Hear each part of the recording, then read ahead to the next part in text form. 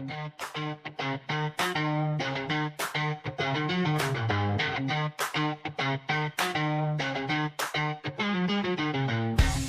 and a warm welcome back to the WenDirkCast with me, Jimbo and Calva. We will be discussing, as always, the Let's Alpha updates, transfers, developments, and so much more that has gone on over the last week or so. One important note before we kick off this episode: none of what we chat about is financial advice. Do your own scouting or hire a director of Metaverse football. Calva, we've got something slightly different today, a bit different to usual. We've got a Q&A, our spring Q&A, and when looking back at previous episodes, the last Q&A we did was winter Q&A. That was the 30th of December 2024, so it's nearly been 6 months basically since we last did one. And you know, and if we get into summer now, where there's times when sometimes we can't do the regular recording date on a Sunday, so we're recording on a Thursday again, folks, so back-to-back Thursdays. But don't worry, that'll sort itself out again next week. But yeah, it's like a different episode today. We've asked for everyone's questions. We've got well over 110 questions, so we're going to do a little bit of our weekly update to start, and then we're going to basically do like 60, 70 minutes, see how many questions we can go through, and then at the end of that, we'll spin the wheel twice to reveal the winner. So even if we don't answer your question, because there's so many of them, you're all included in the wheel. That's what we're doing today. Did I miss anything? Yeah, exactly. That's it. Yeah, you dove straight. Say dove. Can you say dove straight in? Yeah, dove straight in. Yeah. Dove straight in there. We're doing Q&A. Tons of questions. Yeah, before, previously, I mean, like a year ago, I think we also did like a Easter spring. Like we would get maybe 28, 30, 40 questions, and we could do all of them. I think even Christmas we did them all. Yeah, maybe indeed. Like 40 questions, and now we've got. And nowadays with our 3 times as much. Yeah, it's a great sign. I would say it's a positive, but yeah, 100%. Unfortunately, the downside is we can't answer them all. The good side is we have so many questions and so many of you tuning in and joining our giveaways and everything. So ups and downs, but I think it's mostly positive development. Yeah. So yeah, don't worry, but you're definitely in the wheel. So maybe we don't answer your question, but you do win a prize. So that can happen. Or if we don't answer your question might be asked by someone else who we have read out. Because I know there's a couple of questions that are similar. If it's about what sort of features we like, or what features we want to see, or things like that. Those sort of questions, they can apply to multiple people. Yeah, some duplicates. And otherwise, just ask it again during a stream. Or yeah, exactly. The stream is basically open if you really want to anyway. Or tag us on Twitter or whatever. Yeah. Yes. So, yeah, that later. And we thought to keep I'm the man of routines, I think, here. So to keep the routine up, we're doing a little bit dev updates and diamonds. Maybe not the market. We'll do a big one next time. Yeah, we could do maybe Tiny IRL. I do want to talk about that Europa League final. Yes. Oh God, yeah. So it's just too funny or good or too bad. I don't know how we should call it to talk about. So let's do a super quick moment of the week. Is there any moment? We had a full week, though, Thursday to Thursday. So yeah, it's been a full week, right? So we've got kind of nice, not shortened down a week. Positives are the Wyverns aren't bottom anymore; they're second bottom. But we've actually improving. We're still, I think 4 points off getting out into the relegation playoff. I think at best I'm going to be in relegation playoff, so which is a bit meh. However, I still believe we can try and get out of it. With the 5 league games we've had so far, I've won 2, drawn 2, and lost 1. So actually, I've not done so badly since the start of the second half of the season. I think that's progress, right? I've won double the amount. I'm on 14 points now.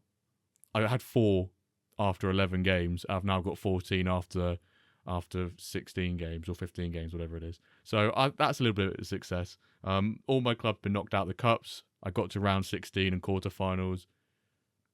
That's probably not really the moment of the week. That's just like my week in a nutshell, basically. My week in a nutshell. Yeah.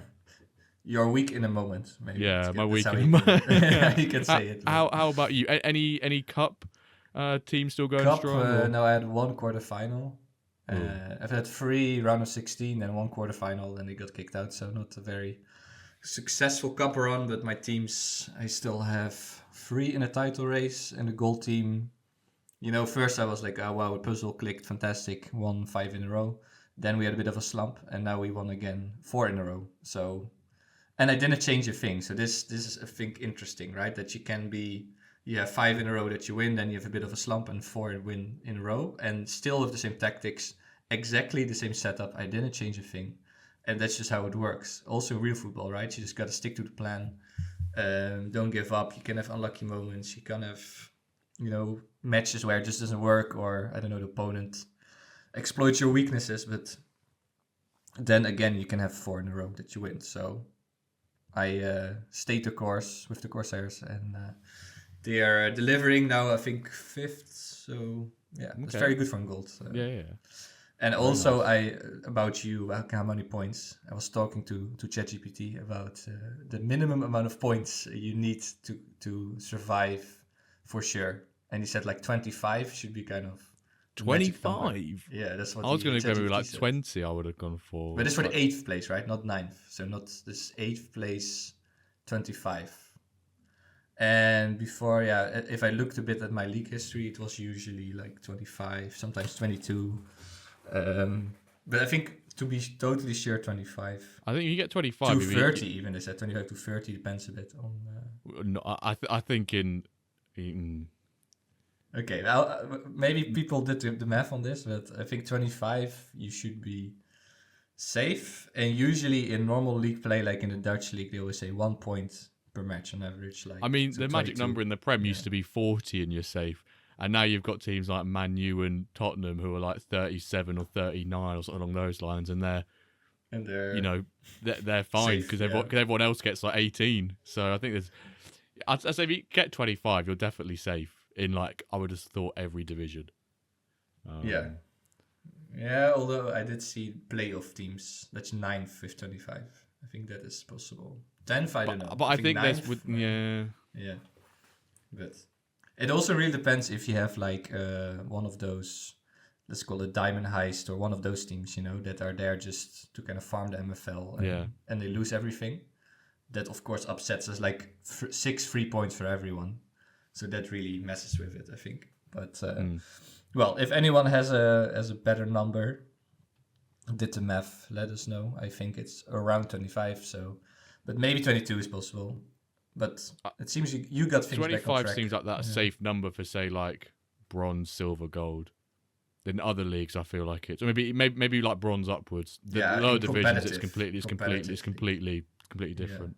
Yeah. Okay, well, let's see if someone got that. But at least both our teams, all our teams, are showing improvement. So that's good. That's the positive note. Then dev updates, let's also quickly talk about them. So about the engine, the new experimental one has been released. The goalkeepers, super hot issue, a lot of feedback, and they should be improved, so do test that if that's correct. And marking also is like one of the big issues. Mostly like they don't get marked and then the goalie is acting weird, but let's check that out. Also, free kicks should be refined. So yeah, do the check the patch notes, test the engine, and provide feedback. I now saw there's this Dino bot keeps spamming and reminding people to be constructive and not just vent. I really feel we should have just a venting engine, if you just want to type up all your frustration, maybe some venting channel, and then put it somewhere far away in a dark corner of the Discord. It'd probably be there. I'm all for that, but I wouldn't want any of the team to read what goes on in there. The engine feedback one gets done anyway. There's a competition chatter one. I feel like there's plenty of channels that you can maybe the vent your anger chat in. is the default venting about the engine chat. I saw some. Or people should just learn how to just vent by themselves, not have to go, this engine is pants, Or Twitter. That's also. Oh, Twitter, Twitter, make it, there's plenty of options. Anyway, it makes sense. Like, be constructive, actually give some feedback, not just the engine sucks. Like, you have nothing that doesn't help anyone. Like, at least say what exactly sucks about the engine, and maybe link, a match that shows it to prove it. So we like evidence and, good arguments, not just ranting. Then about the drop. So last week we already talked a little bit about those issues. So the pre-drop stuff that worked well, right? But we had the dapper latency stuff happening, and then so UI confusing, like kind of Schrödinger spec, do I have it or not, kind of happening.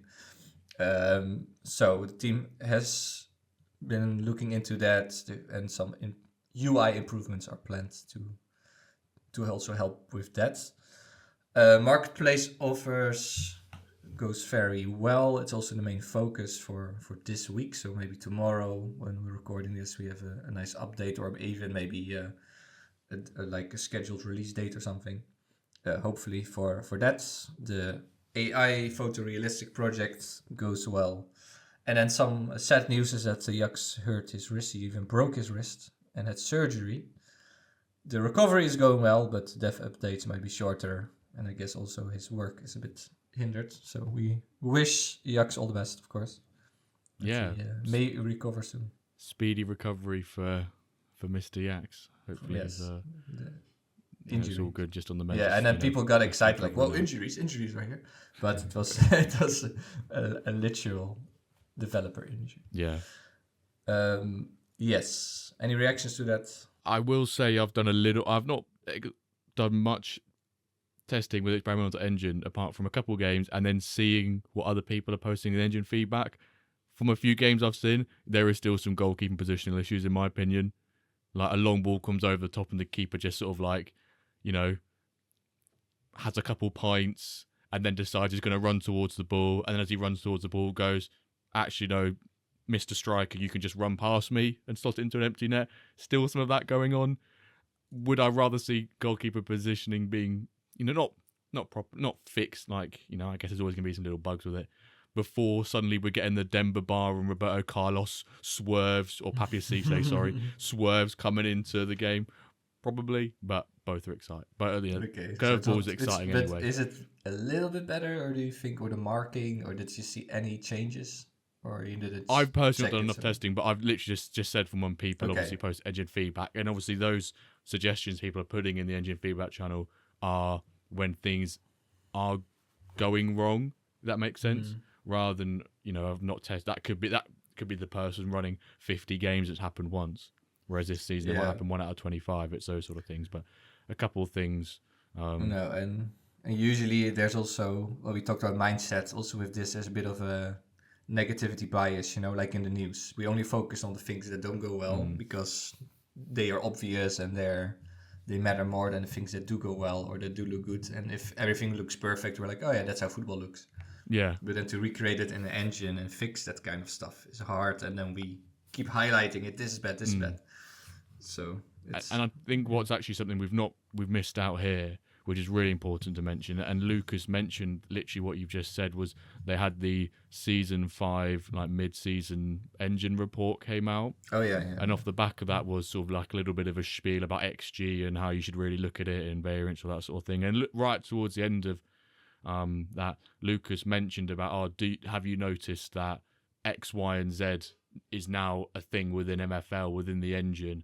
And it's that piece around you're always looking in front of you, like what to do next, things in the here and now, but actually you don't look in the rear view mirror often and see, well, actually these are all the things that have been improved in the last 3-4 years, and the realism within the engine. So it's a little bit, a bit of the mindset piece, but I recommend people go have a read of that report, and also especially the XG piece as well, to learn a bit more about fish as well.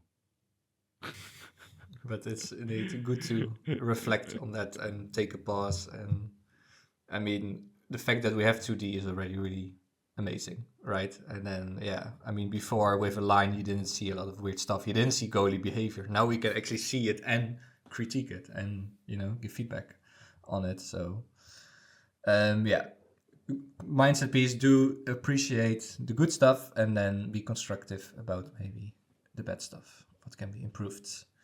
Diamond, let's quickly talk about that. Meta 1-5, so we record this on Thursday. 16 matches have been played. I think already, like the next time we record, we pretty much know who's champion. The season's over next time we record. So the final, we can do our final. I'm confident in saying it. The top and the bottom 3 ends like this. We don't need to chat anymore about those. Okay, positions. so you say Meta, Bistone, and Amsterdam Lions, Dio's team. They'll be top 3? No. As in, Meta will come top. Meta play Bishoni Milano tonight. If they beat them, league's done. Pretty and much I said done, last week that bottom 3 will be the bottom 3, and I think that's even more cemented now. Samba done, Diamond Ice done, Eric's to Mexico. Eric 8 points off. It's tough. He did kind of, grab those last chances to kind of be a little bit, still connected to the 9th spot. So he won 2 games in the last 5 and 1 draw. So he scored 7 points. But then Farage also won 2 times in the last 2 matches. And he's now 21. So there's still an 8-point gap in 6 matches to close. So yeah, that seems not likely. And then we have like kind of a big bunch of 3X, Naples, Joga, Atletico Tango, very close to each other. So indeed, it can go anywhere. Yeah, Big Wilbur in the stream yesterday was saying he's a bit worried because I think the rest of his schedule's pretty tough. Who he plays against. I think he may have played Diamond Heist, which obviously I guess is your free 3 points there, but I think it'll be if Fraj makes it out of that 9th spot, it then gets really interesting because you've got about 3-4 teams that could jump into that playoff relegation. And if it's someone like Tango or Benito, then you still fancy them to beat a platinum side. And I guess because that bottom 3 is almost certain to go down, if you know that you can't really get guaranteed survival, do you then just rest a bunch of players because you know the lowest you can go is 9th, and then we'll have a fully rested team for that relegation playoff against a team which is going to play 3 games and probably be like high 80s? Could that be a potential strategy? But obviously, the ideal situation is you don't go in 9th position, so you don't have to worry about that in the first place. But if it's the lowest you can go, then do you want to try and force your way out of it, knowing you've got best chance for that 3rd place playoff? But it is indeed so tight, only 2 points. Yeah. Naples, Joga, Tango, Roma, 2 points separating them. And Joga, Benito, Tango had a really, really bad past 5 matches. Well, both lost the last 4 matches. For Joga, it's a bit interesting. They were really good, surprising, and now maybe they run into some problems. But let's go. Okay, final predictions. Let's see who out of those 4 gets into the playoff.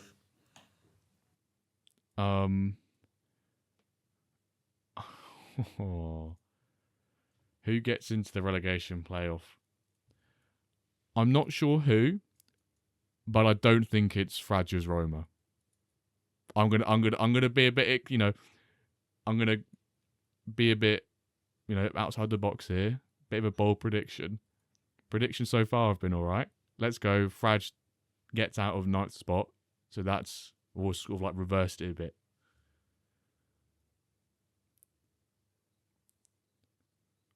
What and then what? No, you said he gets out. I don't know. I don't know who's going in. I just know. Okay, my prediction is that Fraj won't be in there. Okay, I thought you were gonna say like, who's no. No, I don't have a clue. It's too tight to call, but I don't think it'll be Fraj. Okay, I think that's the way. Your prediction is not Fraj. My prediction is not Fraj. Yeah. I back the 5 at the back.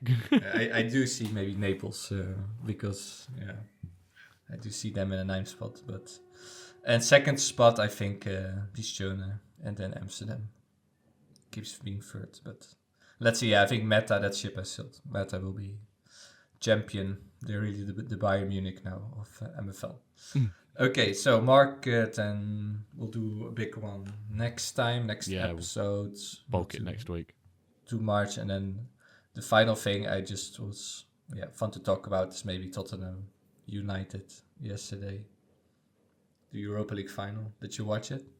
I watched it on my phone while streaming. Eyes were not hurting from watching that. I think I was listening to the Guardian Football Weekly podcast, and I can't remember the exact quote, but basically along the lines, and I'm going to sort of make this there quite a bit more explicit, it was a shit game with an even shitter goal. Basically, it was an Yeah. awful game to watch. It was horrendous. But congrats to Tottenham. I think that's all I've got to say on it. Ange wins things in his second year. Yeah, and they say this is really the season of the underdog. Like Tottenham finally wins a trophy. Kane finally wins a trophy. I think Newcastle had a trophy. Year of the bird. Year of the bird. Have you seen that as well? No. Liverpool with the liver bird. Newcastle with the magpie.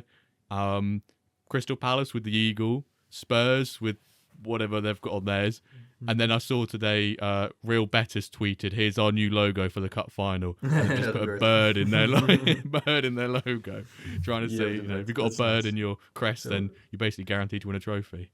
The bird and the underdog, both. But also some stats about that final, which was obviously bad or interesting, like because people are just looking always at the engine and the stats, and they're like, "How is this possible? Why did I lose this?" But for example, Tottenham had 0 XG in the second half, like nothing.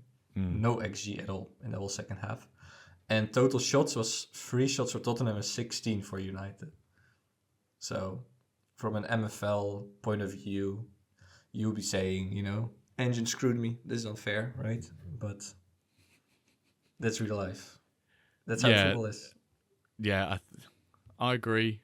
But by devil's advocate, it's a cup final, so there's like many more nuances into that, how that game pans out. Like in my opinion, in a cup final, that sort of XG and scoreline is totally expected and especially when you've got Tottenham playing. But nonetheless, high stakes. One thing I was thinking of though is I've never really seen this in MFL. I'm not sure it's even a thing. Are they clearances off the line MFL? Mickey Van der Ven with his little acrobatic kick off the line. We've seen plenty of own goals where a player has a shot, it's going wide and it hits your centre back and goes in, and we all lose our heads over that. Have we seen, header comes in, or chip, beats the keeper, someone on the line, oosh. No, maybe we want to see that at MFL. Clearances off the line. I just thought of a great hashtag already. Maybe we might pick it. Van de Ven. Van de Ven. When can we see clearances off the line? That is it. You like it, or we might change it later. I think it's a bit of a push, but I like the creativity though. Van de Ven. Okay. More things about that game. Or Champions League final. I just want to say Champions League final prediction because we also know that. Ooh, Champions League final prediction. So Inter PSG.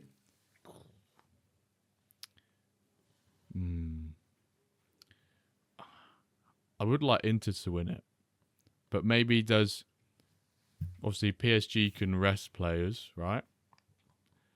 Inter have still got the whole conundrum with Serie A, where it's still, I think is it Napoli who are currently top of Serie A, and it's like in their hands sort of thing, right? Let me just have a look quickly. So they're obviously gonna have to go for Inter. So if they're to lose out on the league, there's like a bit more emphasis on not that they already need enough motivation to win the Champions League, but obviously they lost it a couple of years ago in the final to Man City 1-0. So my prediction, it's just tough to go away from PSG, I think, but I'll stick a fiver on Inter Milan to win. Okay. The things are we still welcome at the live event if we bet against Inter? Turn up in Inter shirts, champions on the back. Yeah, you do feel PSG always had this big goal, right? The French league is like easy, we can win it, but then the Champions League is the big one, and now they have this final, so I think they'll have a lot of pressure. I think Inter is kind of a better organization. They more have this or some kind of the experience or something of dealing with that. I feel like. Yeah, a lot of young players, maybe the pressure gets to them. Yeah, more young players, a bit more attacking. Like maybe they a bit maybe too naive sometimes with how they would approach this. And Inter, they showed against Barcelona, other teams, they have this very super good tactical organizational plan with like counter attack, hang back. So it will be interesting.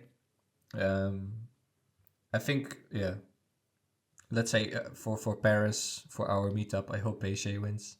if I would have to put money, if you put a gun to my head, I think Inter wins. But oh, hello. Okay, so we yeah. both think Inter will take it. I think from a football point of view, but Matt, if you're listening, or we hope. I was going to say to any listeners right now, if you're watching on YouTube or you're listening or watching on Spotify, put in the comment section right now who you think is going to win between Inter and PSG.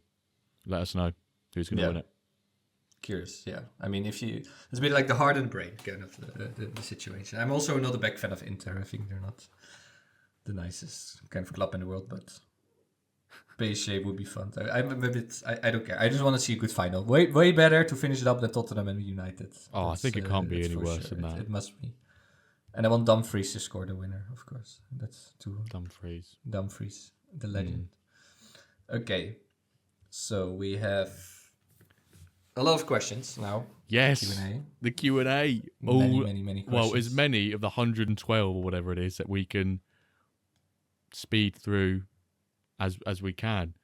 I think one I'd like to start on, I think it's quite a nice one. Yeah, so by the way, like you do one and then I'll do one. We just Yeah. We'll alternate between questions and we'll give both our opinions. We try to do like kind of our 70 minutes. Yeah. We just recorded like about half an hour, so I think for sure an hour. Let's see how it goes. So the one I wanted to start with is from great friend of the pod actually, a multi-appearance maker, Taggart. He just put simply, how are you both? How are each of us? How are you doing? It's just not just in life in general, Cav. Are you doing all right? You doing okay? Yes, yeah, definitely. Good. It's a bit a little bit busier with some real life work stuff. So maybe a bit less videos or less tweets, less MFL time to play with, but it's all good. Good. Definitely, yeah. Good to hear that. For me, I'm doing very well, thank you. This is like the better help. This is like the therapy session. The first question is a therapy question. I'm much better after 2 weeks ago. Mindset.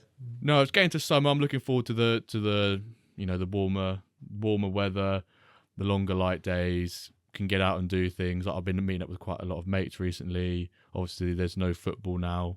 But MFL continues on, and it's sort of like holidays and stuff. So I'm looking forward to summer. I think I've got a big summer ahead of us. I think MFL has. We've also got the meetup. I think I'm looking forward to summer. I think like a lot of people are as well. Spring is here, summer is here. So spring in our step, as they say, nice, whatever it is. Indeed. It's good to start off, like just simple. How are we doing? Great. Okay. Well, I think I'm now triggered by Zooter to kind of keep up with the real IRL one. So this question is about your hair care routine.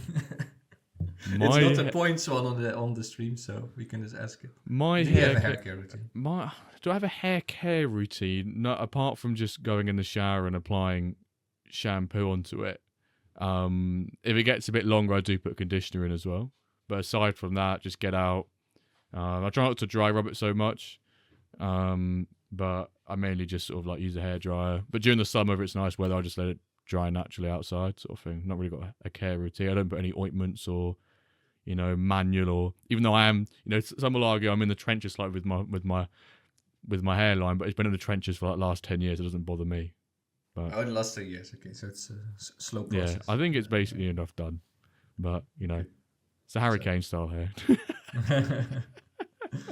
Great. So we got those two out of the way. Now maybe let's do a bit more MFL related ones. Yes, I'm gonna pick one here from So Rare, and this is about the market. Just the market.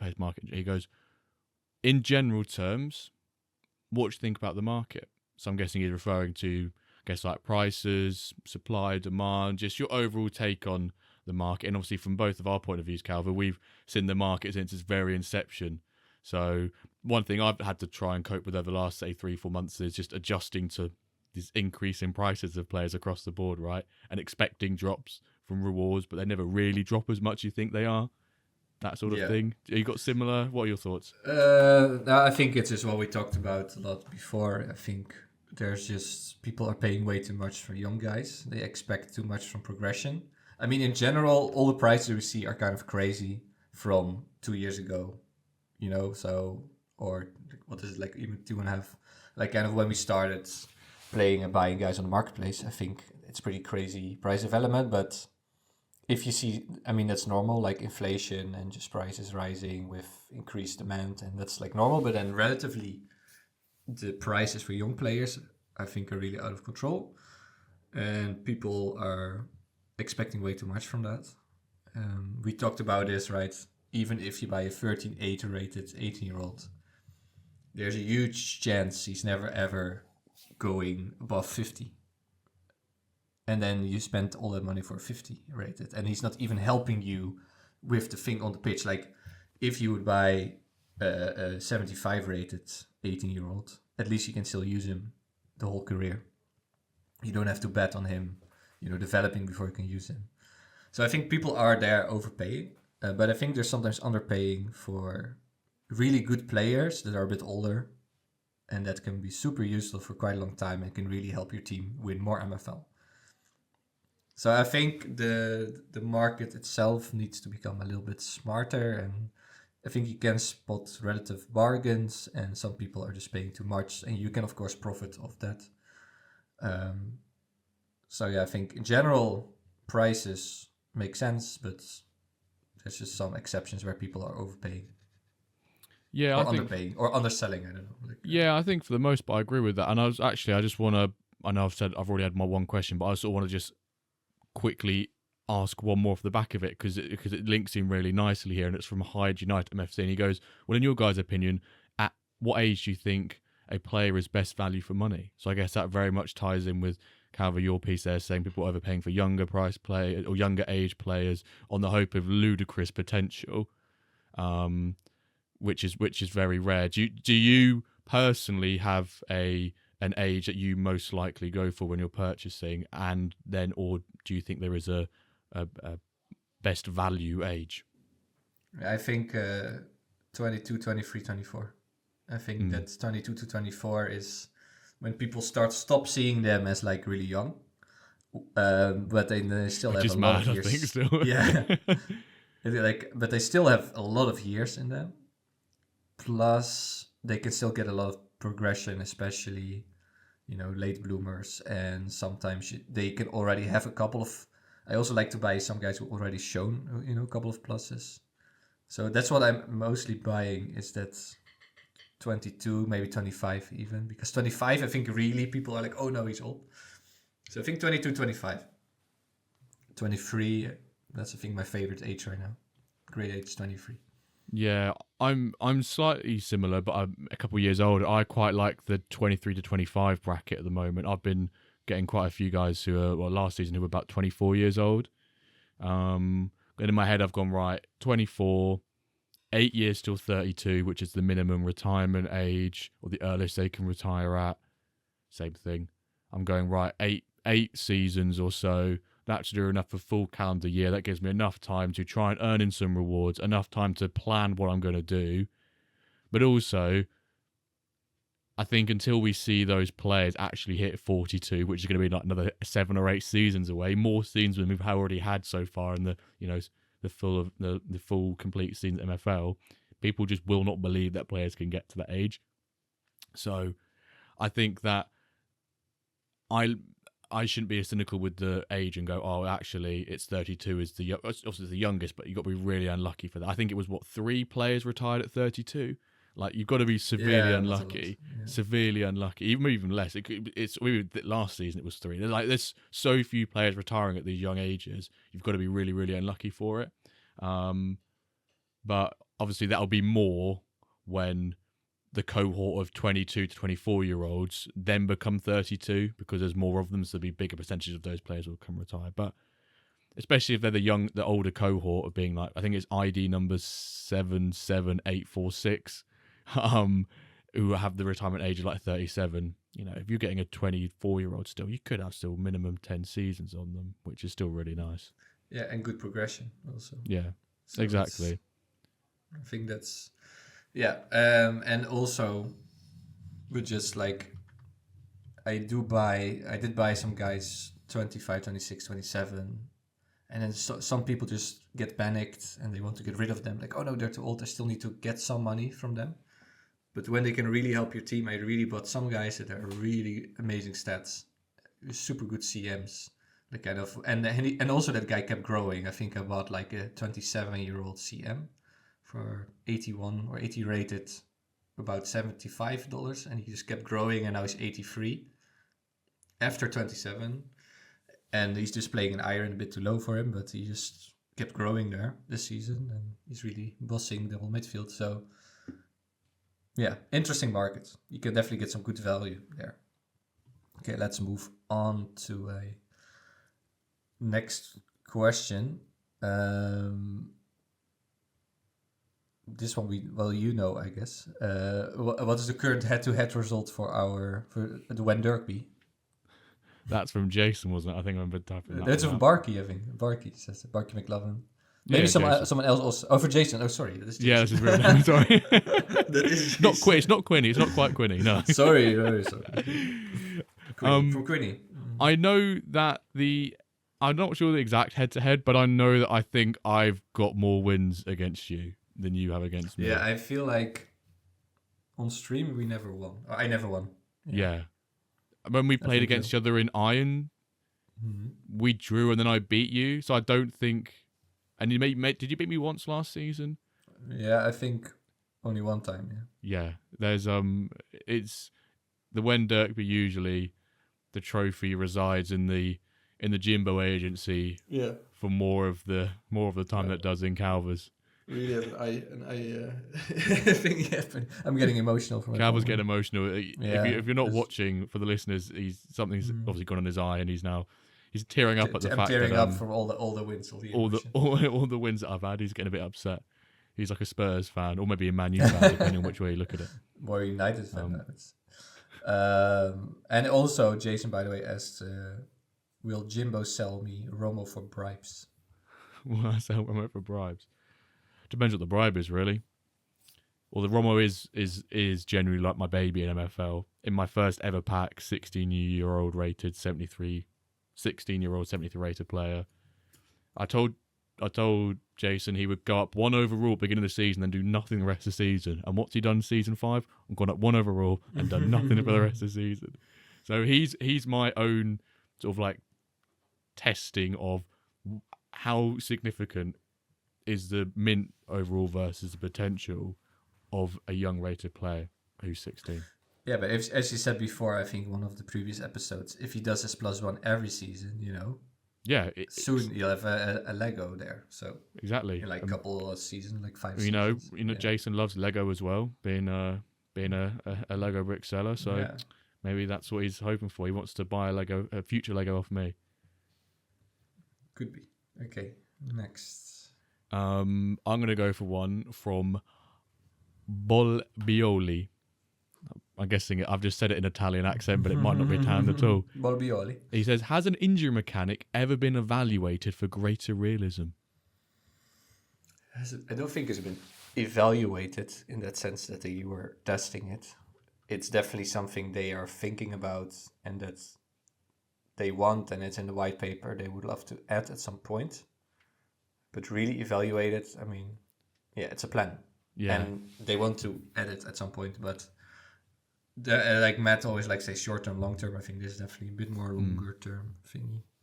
How would you think that, or how would you like it to work? I know I've spoken to this with the viewers on the stream before, and we've maybe come to sort of a little bit of agreement and say maybe it's something to do with if a player has below X amount of energy fatigue percentage, then their chances of getting an injury increase, and the injury is simply just like a 1-game suspension or something along those lines. So if you can manage the player's energy levels well, you either reduce or completely nullify the risk of injuries happening.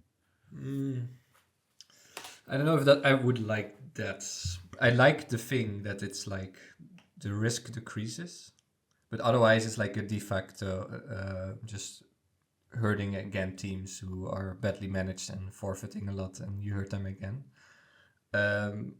I do like it. Like it's kind of realistic, right? If you're a bit more tired, or if you're kind of overextended, you get injured earlier.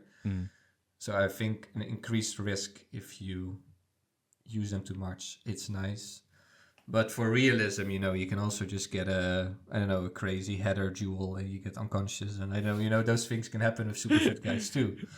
So, and I think that also will make it fun that you have to manage those challenges. And like your star striker who was super fit gets injured. And of course that will be a big blow to you, but maybe it happens one time to the opposition.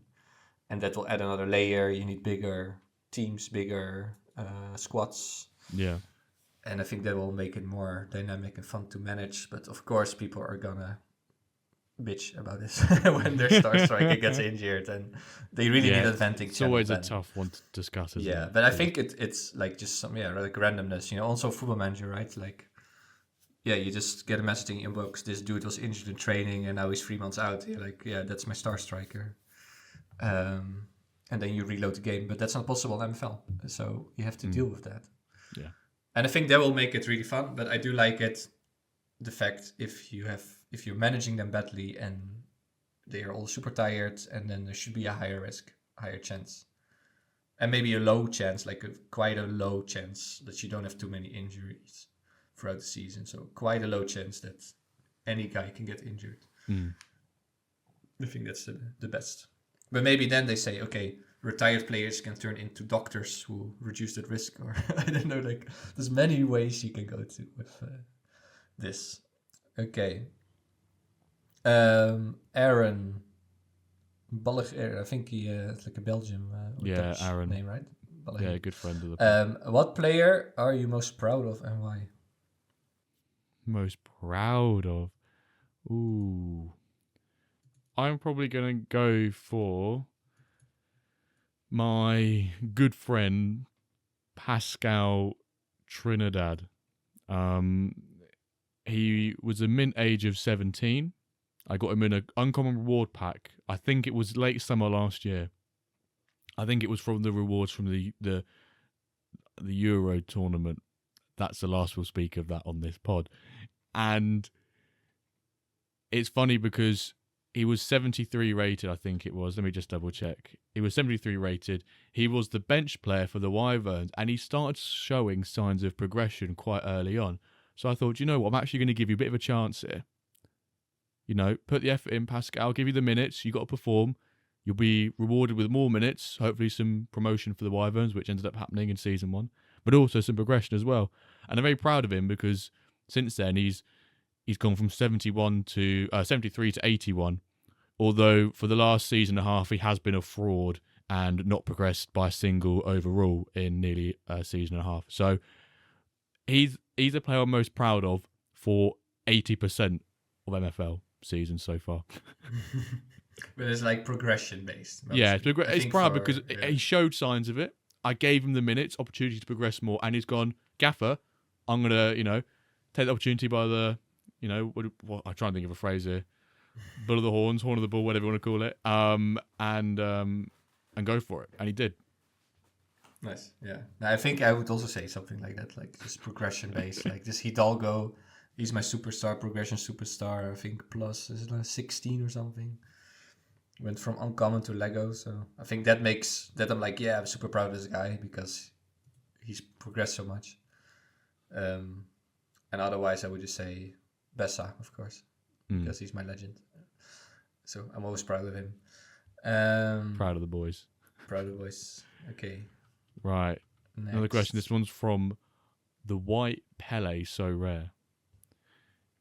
And this is probably a question that many new managers or many managers in general will probably ask about MFL.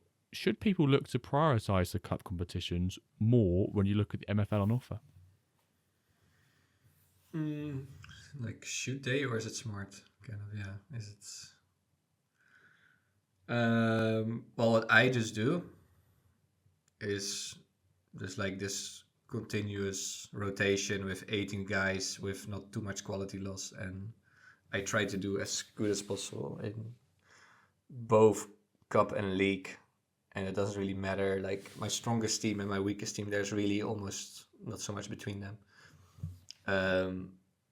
But I think it makes sense to stick with league because your league is a big chunk of MFL, and also the jumps between positions can be quite high, especially for the top places.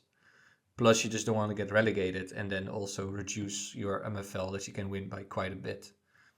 So I think it does make kind of sense to just focus on your league, because that's like your base income, and MFL is like your cup, your MFL base income, and if you relegate, it gets reduced quite a bit, and the cup is kind of a bonus income. That's nice. So I would say it makes sense maybe to prioritize league, but just from a squad building, try to build balanced squads that don't lose too much quality while rotating them for cups. Yeah, good answer. To add on to that, something that I do is that, you know, with a couple of my teams, if we're looking like, if we've made out the group stage and in the league it's looking like we're going to be safe, but we're not going to really go for promotion, we're just going to sort of sit mid-table, I don't mind maybe sacrificing, say, 4th or 5th spot, or say 5th spot to go down to 7th spot, if it can help me go like an extra couple of progressions like into the cup. I don't mind prioritising the cup then. Because there probably is some maths I can do behind that to see.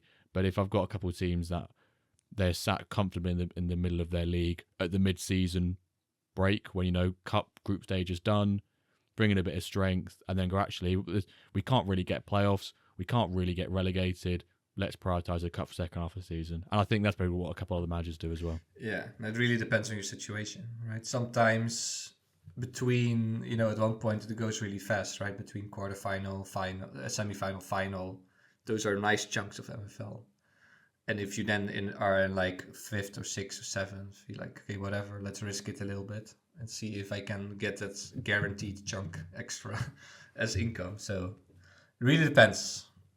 I don't think there's one right answer for this. I think the only time prioritizing the cup maybe becomes a better strategy is if you're an overpowered side in a division and the rewards you get from the cup far outweigh what you can get in the league. Yeah. If you can know you can get first, second, third, or even first if you're that OP to win the league comfortably, and you can then, you know, you place in a cup which is far, far stronger than the rest of your division because you've, you know, stacked it or you're just too strong, then maybe going down that route could be good for prizing the cup because you'll get far greater rewards. That's probably one of the other sort of like extreme situations where it might be better to prioritize the cup. Yeah, there's so many situations. Really depends on that indeed. This may be interesting one to speculate about that from Lion Crest. When can we expect more curled ball action in the match engine, or maybe? Also, how I read it quickly is like, what do we expect from it? Maybe we can talk about both. Like, I think we can expect it next season, right? But maybe what to expect. I don't know. I was just thinking that to my head in my head. Then I don't know. If with I'm gonna say a pun here. You know, they go like, excuse the pun. Like, I know for well that a pun's coming. Like, pardon the pun, even though I know a pun's coming. In my opinion, I think maybe next season's too early, because we've got today was season 6 calendar was released, with the season officially starting on. Let me just grab the announcement message up with the season 6, or sorry, the match days. The 11th of June. So what's that, like 3 weeks away? Maybe just 3 weeks away. I can't see them announcing and revealing curve into the engine, because just part of me thinks like it could throw a few curveballs into how the engine feels and how the matches play out. Maybe that's just me being slightly on the naive side, but I reckon we see it for season 7, sorry, but I think season 6 maybe is too early. I don't know. I've not said anything that suggests it's coming next season, so therefore my brain naturally says it's coming the season after. Yeah, it could be. I think it's quite indeed could affect quite a bit. So maybe they need more testing. And what to expect from it then? What do you expect from it? Plenty of Papier Cisse goals versus Chelsea outside the boot. Absolute crazy curve shots. I don't really know what to expect from it, apart from the obvious. The ball's going to curve round a bit. But maybe does it introduce a bit of? Do they maybe bring into it as well the depending on which foot your player their favourite foot is, could that then affect things like corners, free kicks? Do you then swing in? Do you put a bit more decision making into that? That could be really nice if they added it alongside curvature of the ball. But I've just got visions of these crazy curved shots. But it will make it from, say, like a content point of view and streaming, etc., and just the whole match realism. It will just scale that up, because things like free kicks, it's just a constant dart straight line, whereas you can see it bend round, or you got more crosses on. It's not just a straight line cross. You see the winger get down the wing, get down the side of the pitch, whips the ball in, and it curves. It just adds the extra realism to the engine, how it feels. Yeah. No, that's definitely. I'd love to see maybe in a dev update. Maybe it's tomorrow. Maybe it's tomorrow. A dev update comes in and it shows an example of the curvature of the ball. And now this is all irrelevant because we've seen a dev update, but we're not there for it. We don't know. You never know. You never know. I guess we'll never know. We've got to plug in a silly one at some point. This is from Greco. Yeah, but who wins in an Olympic-sized swimming pool in 6 feet of water? A fully grown polar bear or a fully grown great white shark? But now with my continental European brain, I'm like, what's 6 feet of water? Oh, I know what 6 foot of water looks like. That's just probably the height of you, 6 foot of water. You're about 6 foot, aren't you? But you're a bit taller than 6 foot. Six. Okay, so that's 180 then. In 186. So I'm 6 foot, like 180, I think. Yeah, I think it's like 180 maybe. Yeah, 6'1", I think I am. So 186. So then a polar bear or a white shark? Well, it says who's winning. Well, is this a like fight? a fight? Is this a swimming race? What's happening here? Bets. You have now those YouTube shorts where they just generate like random animal AI fights, and it seems like it's like anaconda versus tiger. Like, what the fuck? But I think who would win? I think. Let me say the polar bear. I think sharks are definitely not made for this. Polar bears are way more weight. Are we talking? Oh, sorry. Are you basing that on a fight, right? Yeah, I'm now thinking a fight. Yeah. Okay, so my brain initially thought of a race, and I was going to go great white shark all day long because it's in water. But maybe now thinking about the fight, I think fight is polar bear. Fully, yeah. I just think though, there's something about a great white shark. Doom, doom, doom, doom. Yeah, great whites are like sharks are not really made for attacking polar bears. And I think polar bears are way more made for like big kind of mammals in the water or seals or whatever to mess with them. I think a polar bear probably would as well, but I'm going to play devil's advocate. I'm going to go, great white shark. So maybe we need someone to simulate some AI and figure out who's going to win. Someone make an AI video. No one asked about one gorilla versus 100 guys. We've already had that before, haven't we?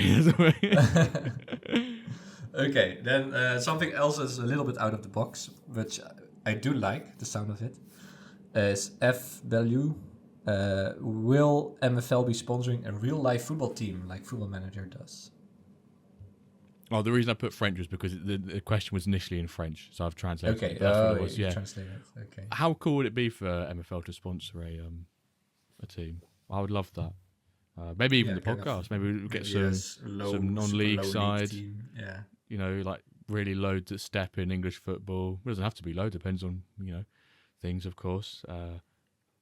I think it'd probably be they'd probably sponsor a French team, right? That makes the most sense. I don't know. That would be cool. It would be great. And then for MFL meetups, you just go watch that team and like this is kind of our team. They've got the moment just with the 3 letters MFL. It's got the short and sweetness. It's got the simplicity to the logo where it could just easily be plastered on the side. It's not a massive logo. It's not like a betting company where it's a bit ugly and not really there, and you don't really want to buy the shirt because you don't want to have like Bet365 plastered up the top. But actually, on the side of the sleeve or the bottom, it could be quite nice as like an additional sponsor. But that's obviously if it wasn't the main sponsor. But that would be cool as well. Yeah. Now would be a great plan. I think it's fun to also for a bit of content and just like hype them up. It would be great. Let's see. Right, I'll go next question then. This is one from Snickles, and he goes, "What is your approach for testing and finding good new strategies, especially when it comes to each new engine?" Yeah, we are both not the biggest testers, so it would be good to answer this. But so far, I think what I literally did is just don't focus too much on numbers and a little bit more feeling and a couple of results. So what I did with this season with my goal team that kind of worked. What I said with the puzzle that clicked is just think a bit from like a IRL football logic point of view. Like, what do you think could work? How can I imagine it working? And like, how would I like to see the behavior on the field?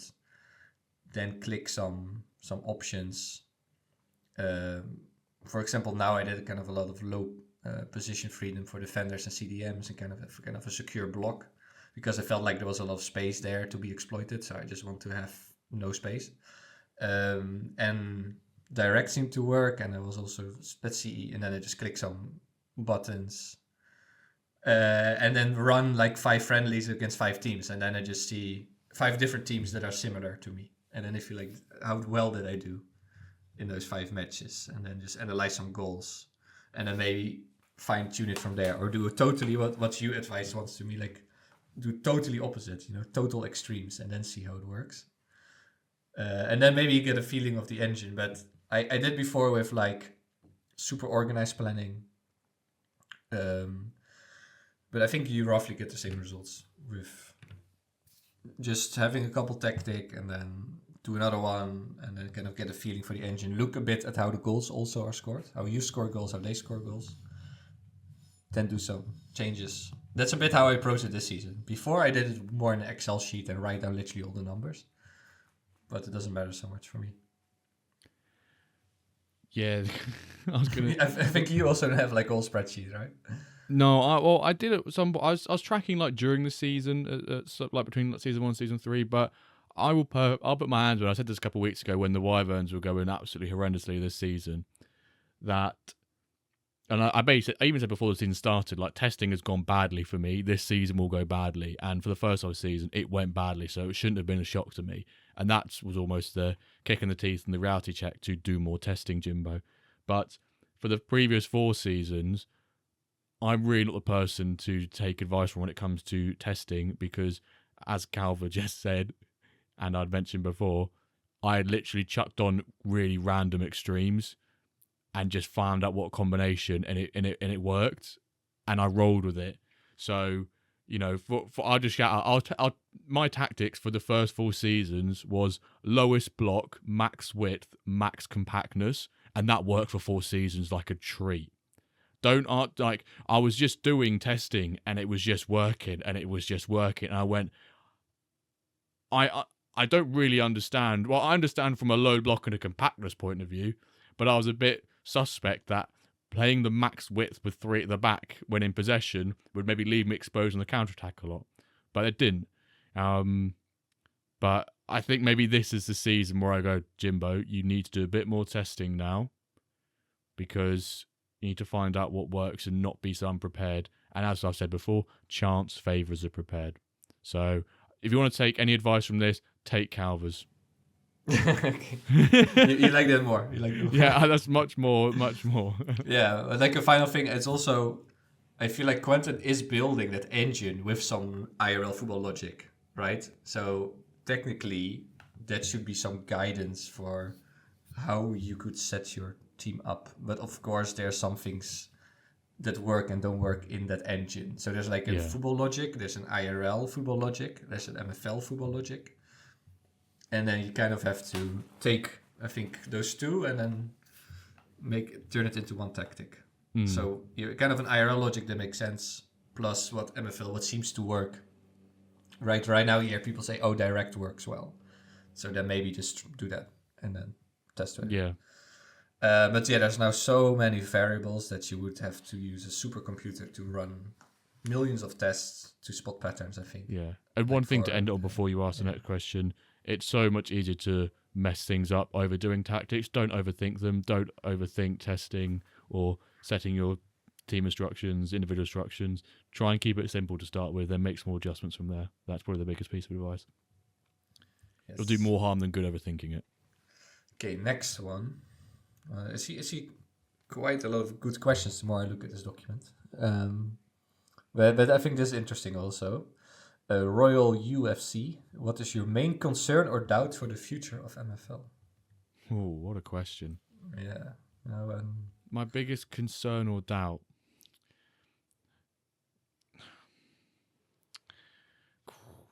Maybe it's engine related. That just there are things every season that sort of, because obviously I think Lucas pointed out it is an engine that's been built from scratch, and it's phenomenal that it has been built in what is 2 years or so.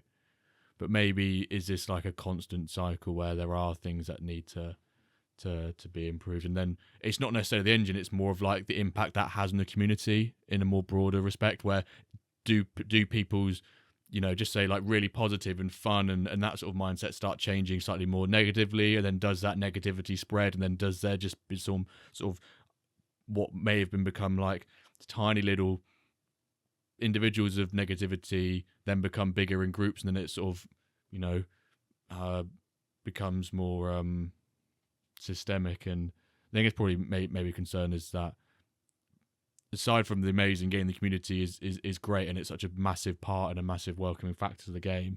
But if that sort of changes because of things like the engine, then does sort of the mood around playing and maybe that's a little bit of a concern I've got. You have a couple of times indeed like kind of some negative or sour tweets that then kind of becomes like a vicious cycle, and then more people I think that's see it and start complaining, and then you just always blame it on that. And that can be indeed that you kind of get a too negative feedback loop kind of happening. Literal feedback loop.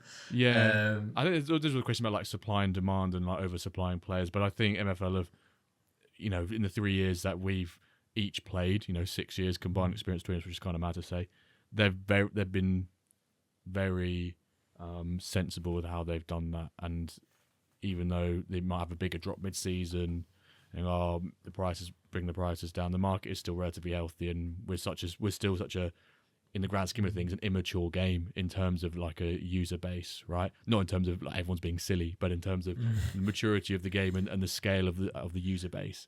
Yeah. So we're still early. As MFL continues to grow, we are still early as a group here. Yeah, that would be my point. I would say that we grow too fast, or that there's like some kind of go viral with something, or you have kind of. How like the Bored Ape or like one of the other crazy. You could even say So Rare with like their big NFT run in 2021, right? Yeah, that like it goes too fast, with too fast growth, and totally destabilizes market, it destabilizes community.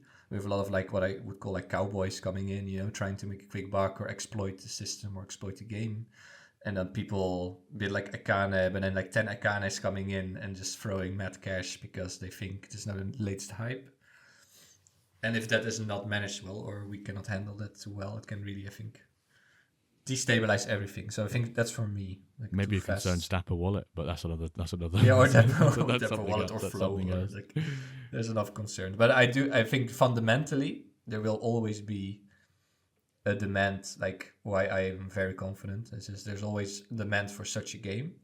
People love this kind of competitive. People love football. People love this real economy aspect of it.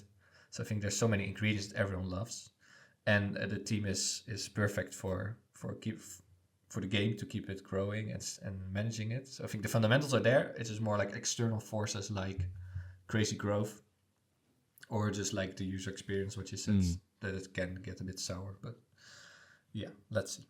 Yeah, I think just my next question, or the next question I'm gonna say is from, I think it's pronounced like Olav Gela, but apologies if it's not, because you know me, and it sort of follows on from what I was saying then about maybe my concerns about the engine, and does it then lead to a bit of community outroar, and does that sort of become more of a problem? He's asked, what are your thoughts about this season's game engine? Is it better or worse than last season's engine? And do you think the whole community will ever be satisfied with the engine? I guess that latter bit was sort of what we've literally been talking about. I think the latter thing is no. Because, I don't think, no, it's a zero-sum game at the end of the day. It's really the whole engine can be exactly a total copy of the Premier League. It can be like perfect IRL, 100% perfect IRL, and people are going to lose their minds. It's like, how can Leicester beat Chelsea suddenly, right? How can Leicester? I am Chelsea. How can I get beat by Leicester? It's like Chelsea fans. Like, how can Leicester beat us? and with like one stupid counter, and we had 20 chances and we didn't score them. And Mudryk and I don't know, whatever, they were failing. Yeah, that is football, right? So people complain IRL about football results, and they feel sour after matches, and so it can never be pleasing everyone. Even the perfect engine cannot, as people complaining and not being pleased about it. Because also the upset ratio, we cannot agree on the upset ratio. Some people just want, in their perfect world, is just my overall is one higher, so I should win 100% of the time. That's what sometimes it seems people want. Some people want to see more upsets, like I have a small wallet and not a lot to invest, and I would love to beat the big clubs with perfect tactics. And there's no agreement between those two camps ever. So I don't think there can ever be. But then about this current engine, yeah, of course there is your defender and your goalie and everything. But my two takeaways are we're all dealing with the same, and then it just becomes another challenge. And then for me it's okay. I'm just like, the only worry about what you can control. We cannot control Quinten, right? We cannot control the engine. Well, we can control our formations and try to exploit that engine. So I'm like, okay, that's the engine. They're working on it. I accept it and I deal with it. That's it. I do think this season's the worst engine so far, though. I'm just going to put that. Yeah, not on a personal level for me, though. I mean, yes. Was it worse than... I don't know. On a personal level, maybe I think this is probably the worst. From my experience, that's just because results don't go my way. And it's a zero-sum game, so Cal, if you win all the games and I lose all the games, I'm going to say it's crap, you're going to say it's brilliant. So there's always going to be at least, a third of 2/3 MFL. One of those thirds will say it's naff, 1/3 will say it's brilliant. And I think I want to just highlight something that Ron John was often saying in the streams recently was that, well, when you watch all the games and highlights, you often don't really see much context about the game. You just see the highlights, which either show the really good, if you've scored, or the really bad, if you've conceded, and you just see the stats. And I'm trying to think of what's that like with real life, and it's almost like watching highlights on YouTube.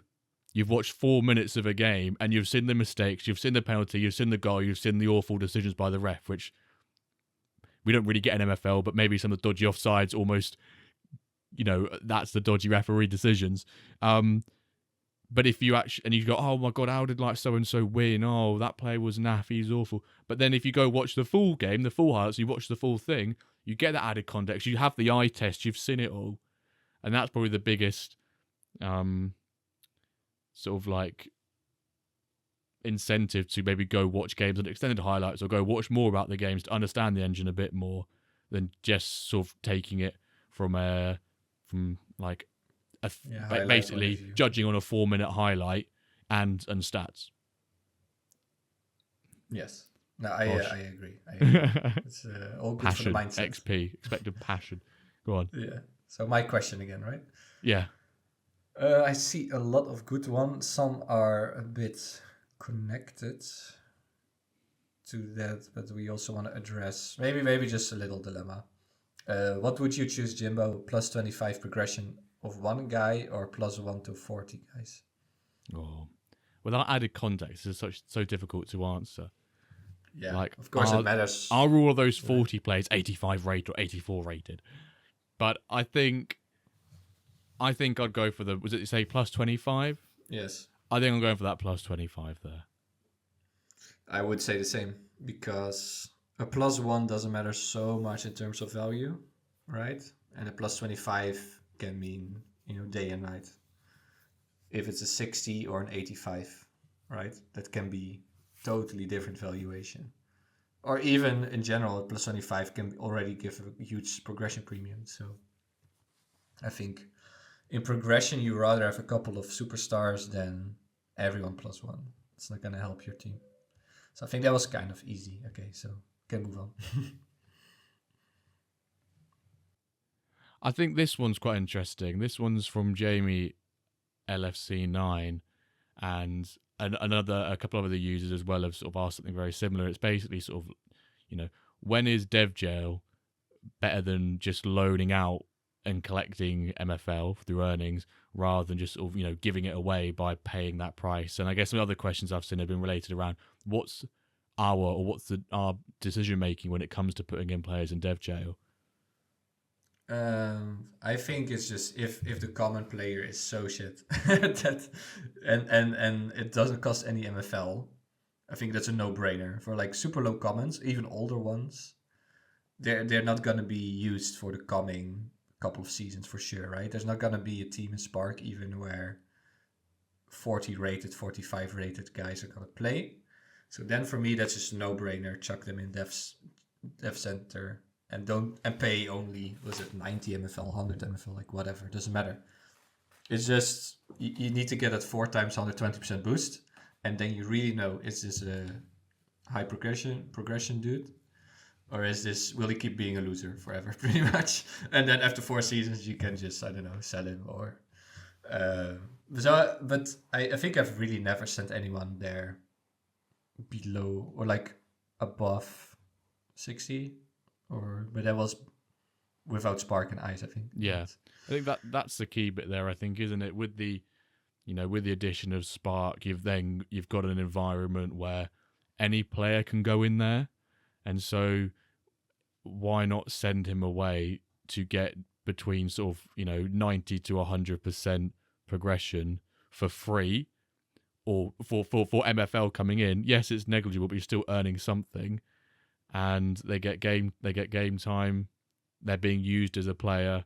I think with the addition of Spark, there's some very extreme situations where you'd probably put them in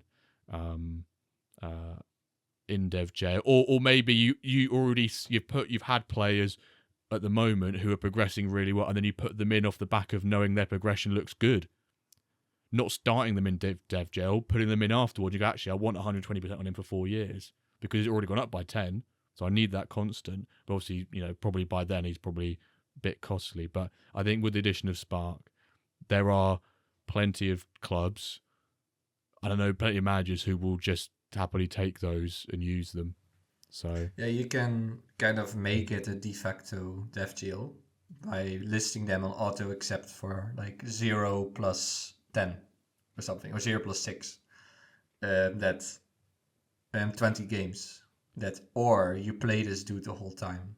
Yeah. Right? And you get 100%, 20 games.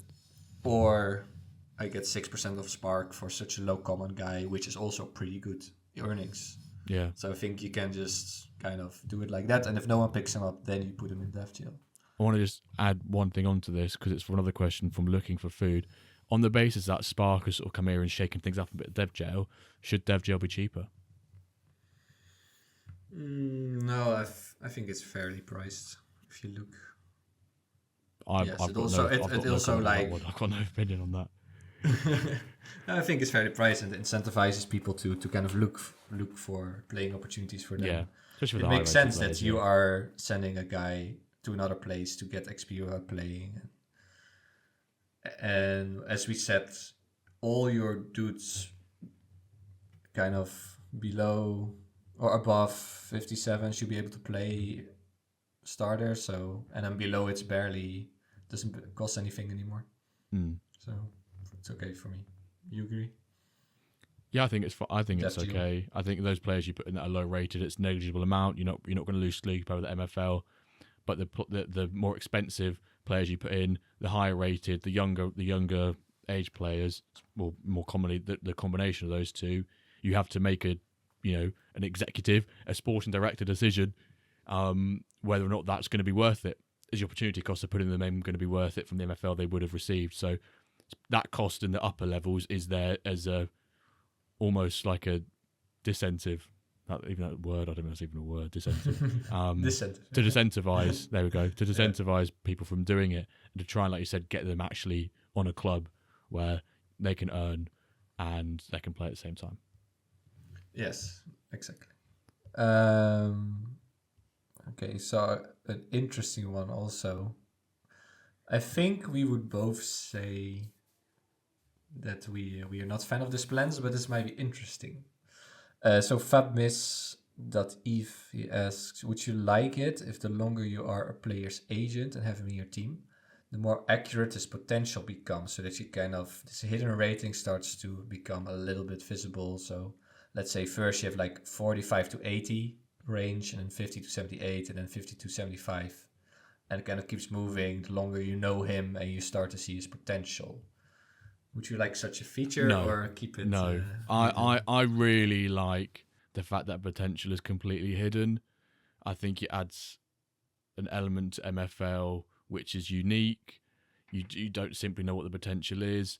You could almost argue that the longer you own a player, and I know that unique player progression paths are unique, but you could argue the longer you own a player and the more you monitor their own progression, the more you maybe start to build a picture in your own head of what their potential could actually look like. So that's maybe answering that without actually seeing it on a number on your screen going, he's not going to go above 72 rated. You might know that if you have a player who's 22 years old, he's done 7 seasons and gone up +2. Well, actually, if I had him for 7 seasons, so he's been acquitted and he's used to my agency, the familiarity. But I know because his progression and his history, he's not going to go up by much. I think maybe that's my argument for that. I agree. Yeah, it's also IRL, right? You cannot really get an objective value from someone. You just keep analyzing and viewing him on the pitch and in matches and how he performs. And maybe you can see him getting better, but yeah, we will never be able to see in the future. Yeah. So I like it also that it keeps being hidden, and you can, I think, have a pretty good estimation based on experience, with your experience and with his past progression of where he's headed. So we don't need to see that number. You can kind of guess it, I guess. Educated guess where it could be. I've got a question here from Billy Bremner's asked a question, but also, I'm guessing it's a Dutch name, Erik van Pooijer. Yeah, Erik van Pooijer. Pooijer, yeah. And they're very similar. So they're basically, to sum up, they basically asked, should there be an overall upper limit for leagues to stop stacking teams in lower divisions, to keep it fair and competitive, which is what Billy said, whereas Erik van Pooijer, he said, what do you think of the idea of introducing a max overall for Ice and Spark, so focusing it down on division instead? This is to keep out overpowered teams and new users don't lose their fun so quickly and leave. What are your opinions on that, Calva? No. Same. I don't think... it's like... be a bit patient. Right now, Spark... I think some other people are asking about Spark, like, how long will it take before it settles? But now Spark is just crazy because people got their hometown licenses and they want to get them promoted as quickly as possible. So right now Spark and also Ice, I think then next year you'll see it in Ice and people try to get their hometown licenses out of Ice as quickly as possible. But do realize that they are hurting themselves. They're sacrificing potential progression. They are hurting themselves. And it might be frustrating for you, but then just see it in like a longer plan, longer term progress. Don't get too frustrated with it. Just realize it's like, you could do that IRL too, and it just doesn't make sense, right? To spend all that money on such a low level sometimes. So I would say I wouldn't do a max cap on that. And you always have the cap to where you're evenly matched. And it's up to them that they are doing it, but yeah. Yeah, I agree. I even think maybe specifically for Diamond, potentially Plat, they should increase the minimum overall for those divisions to increase competitiveness. Yeah, maybe like a min overall. We like 83 overall minimum. 83 minimum for Diamond seems low anyway. That's a competitive silver team. So maybe I'm up to like 86 or 87. You're still people will still meet those requirements, I imagine. Yeah, that makes indeed more sense. But yeah, Spark and Ice, I think people need to be a bit patient and needs to settle down after a couple of seasons. And in general, for your own teams, have a longer horizon than just, this season there's this unfair team, and that's like the Wrexham in there. Okay, let's move on. I saw another good one. This is maybe interesting because I also started to change my mind about it. From Numero Uno, what is the best strategy by buying a second club or loading players and earning a percentage of MFL? Yeah, so let's say you have 18 extra guys. Do you buy a second club or you just loan all those guys out to different teams for percentage of revenue share?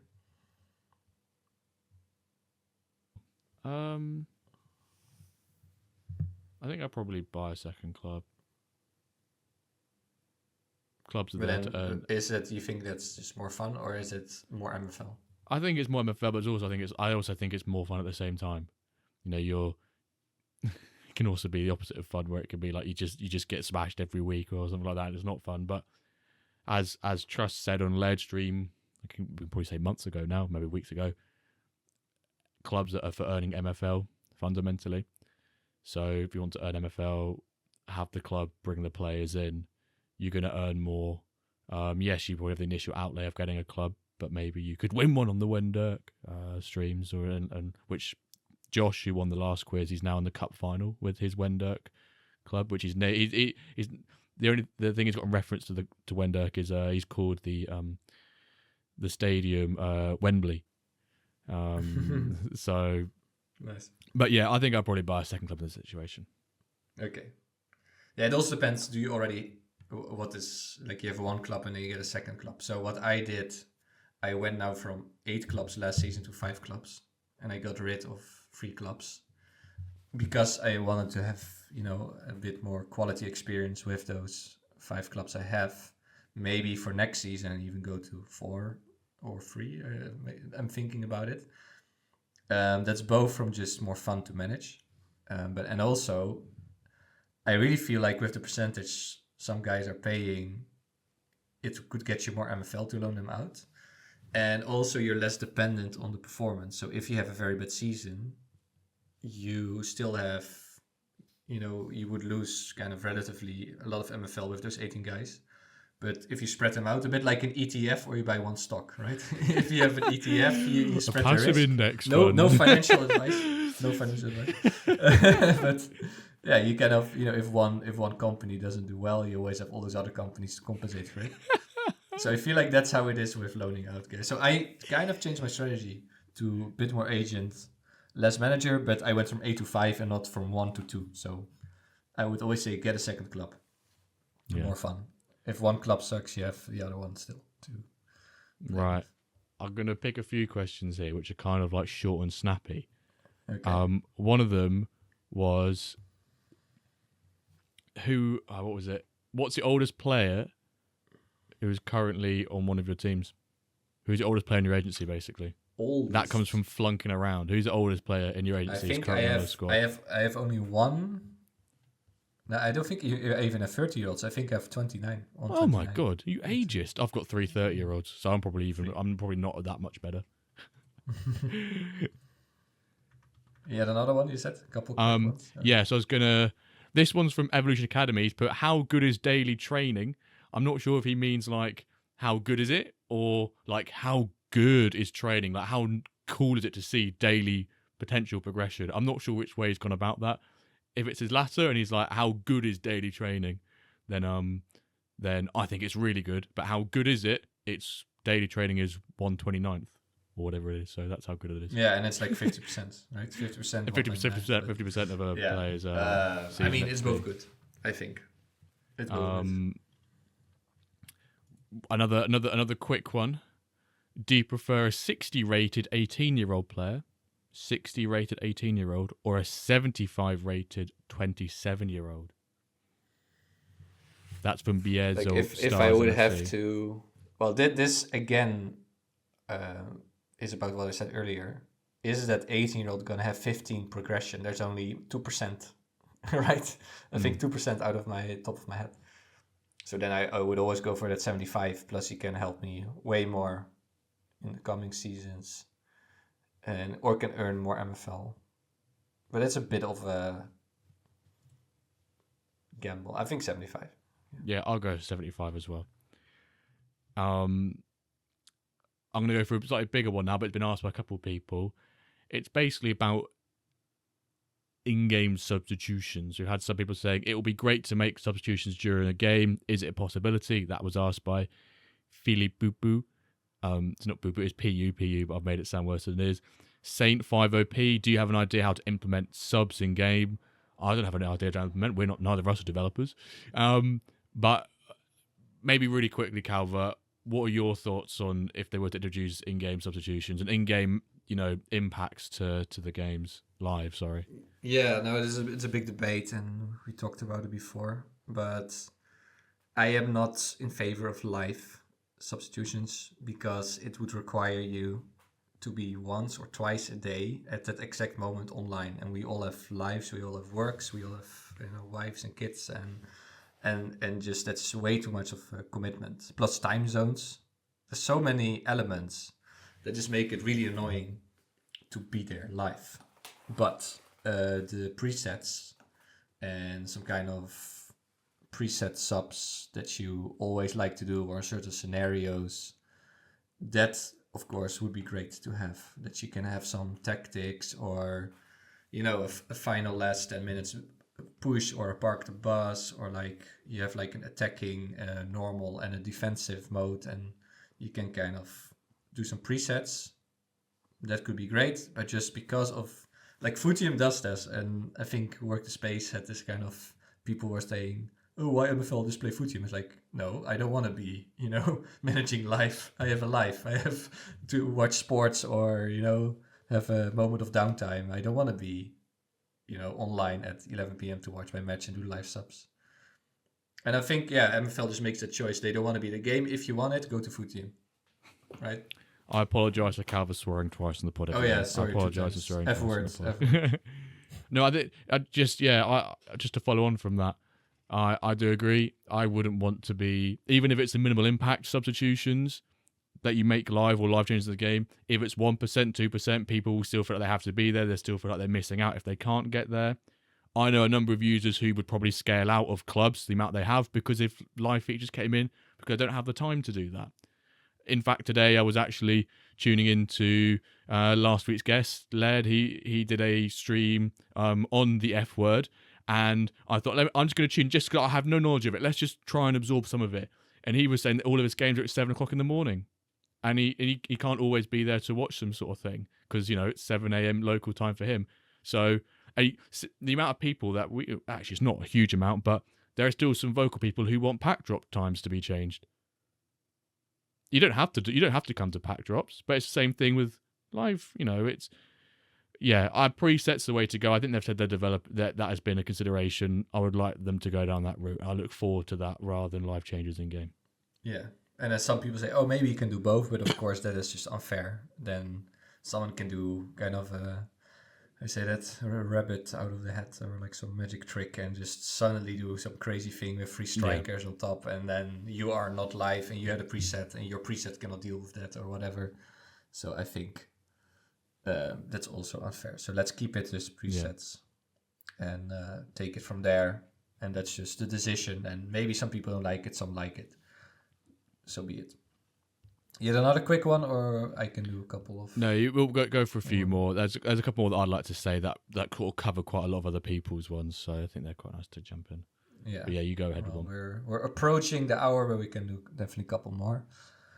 I have one great one from MDJ. What does MFL look like in 1 year's time?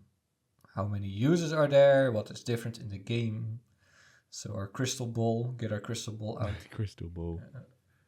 Cool. We made some predictions last year, didn't we? At the beginning of January for how many users and things there'd be in the end of 2025 or by the end of 2024. We listened back to them for this year's New Resolution one, and we were kind of wrong on most of those predictions, really. By I think we underestimated, and so rather than overestimated. I don't know the exact figures to how many managers we've got now. I can probably quickly look at MFL Assistant. But I think in a year's time, obviously Spark will be filled. I would like to maybe think by then as well the next stage of the pyramid. I think they've said that it's not going to be like a next step. It's going to be side pyramids that funnel into the main pyramid. Those are announced and working, we'll call it. There's 5,129 clubs and 2,717 owners. I reckon by this time next year, I'm gonna be bold. Go big or go home. done it with underestimate. We're gonna maybe overestimate. I reckon we. More or less than 10K, kind of. No, I was gonna say we double. I think we hit like we go over 5. I think we double. I think there's still. Okay. I think we had a lot of momentum recently, like 700 users in like a month. That's probably understandably going to slow down for a little bit, but I think we're still going to, even though that will cool off, we're still going to increase at a quicker rate than we were prior to that. We'll just call it the content creator boom now, as people have been calling it, rather than won't let Laird cringe out. But it's anyone. Yeah, Laird and also that's not too bad. What I just said about my worries, a bit of steady growth and not crazy growth is good. I think definitely we can keep it up to 5, 10K, maybe in a year, I don't know, 5K users. And how the game will look, I think definitely... I think it's still 2D, 100%. Still 2D, maybe a bit more those in-game, a bit more in-app, we said maybe a bit more in-app marketplace, in-app communication, in-app, more things you can do, maybe a bit more flavor.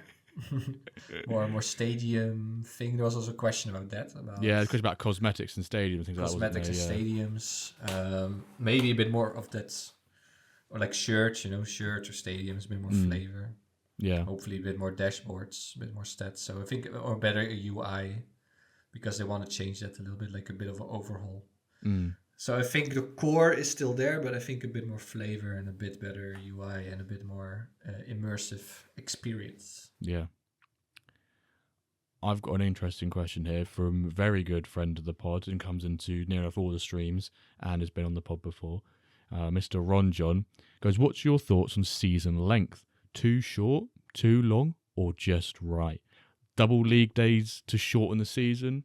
What are your thoughts on league size as well, potentially adding 2 teams? What are your thoughts on the season length and then the league size as well, Calva? Actually, maybe he talked about shorter seasons. I was myself thinking a bit about longer, actually, a longer season, because I really hate league and cup days together.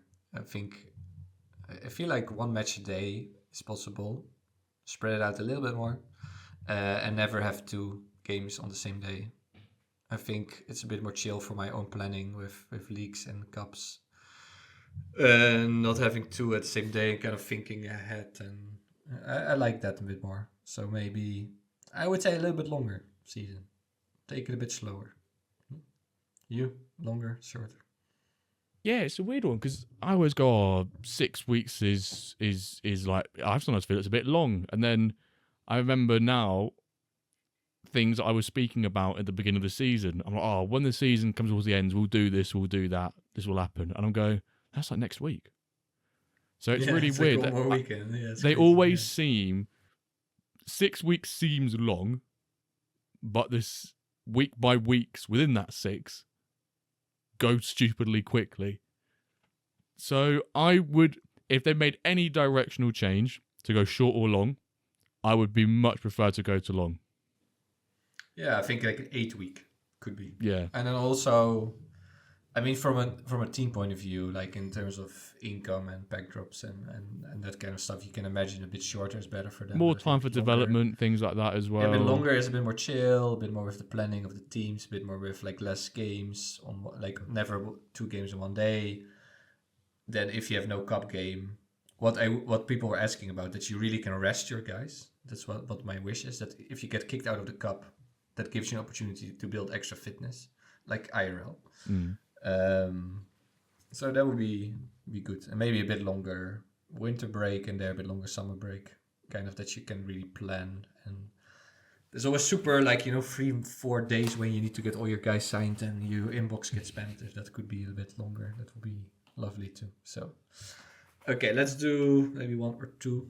Yeah, 2 more each, I'll say. We'll do 2 more each quickly. Let's do 1 more or 2 more each, or do 2 more each. 2 more each. 2 more each. Okay. Yeah, and I think we've probably done about 40% of them then, which I think is still a good amount. Yeah. This is interesting from Mr. Naminatsia. Adding facilities within your club in the future to increase our players. So he's talking probably, about a thing we can have with training facilities and maybe trainers, retired players who could turn into, some kind of coaches Are you a fan of that or not a fan of that? Kind of youth academy sometimes we hear, or training facilities. Yeah, I think it's maybe the on the fence answer is that as long as they're implemented correctly and they don't break anything, then I'm happy for them to be included in the game. There's been quite a few questions about retired players and do you think MFL should do something or would do something with retired players?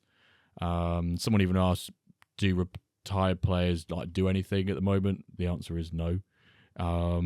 Someone asked, does anything happen to them? No, that you don't.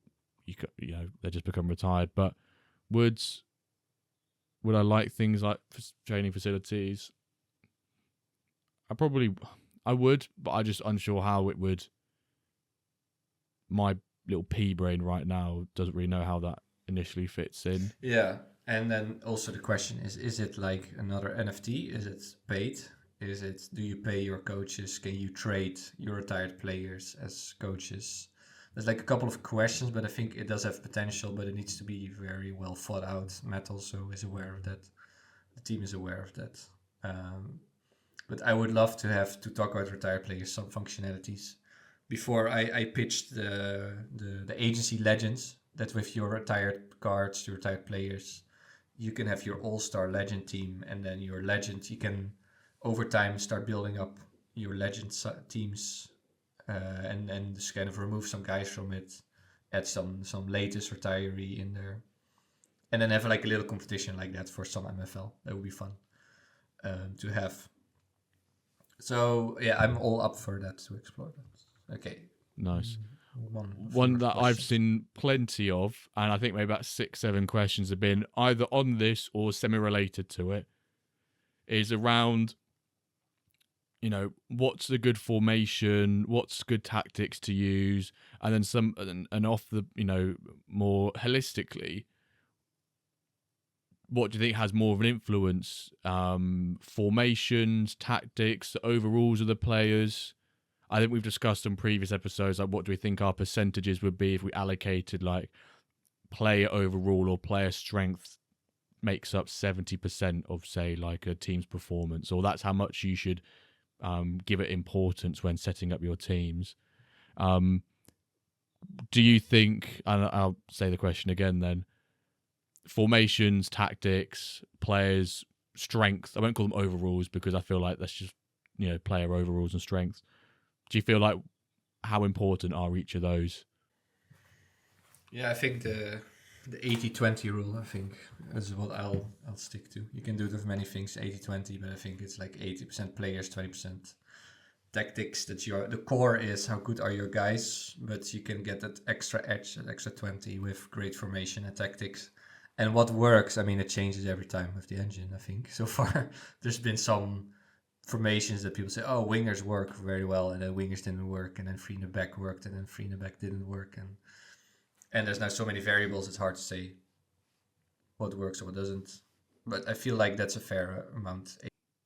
So you prioritize, like you'd say that overall and the strength of the players has a much bigger influence on how they perform. And a nice follow-up question was someone was saying, do you, Calva, and I'll answer this as well, do you go out and buy players for a formation? Do you have your tactics already set up and you buy players to fit into that, or do you try and buy all the players and try and find a formation that basically fits them all in and try and make them work? I guess the earlier, right? The former.